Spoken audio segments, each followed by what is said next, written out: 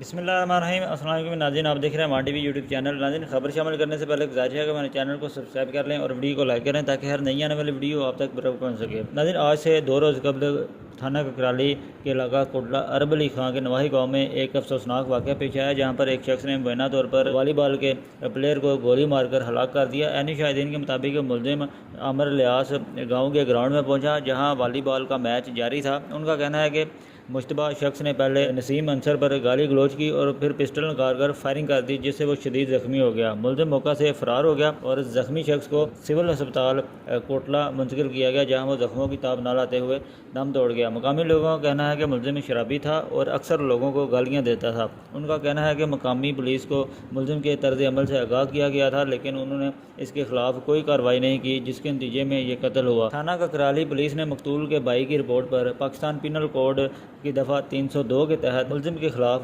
مقدمہ درج کر لیا ہے۔ یہ تھی ناظرین اب تک کی اپڈیٹ۔ اگلی ویڈیو تک کے لیے دیجیے اجازت۔ اللہ حافظ۔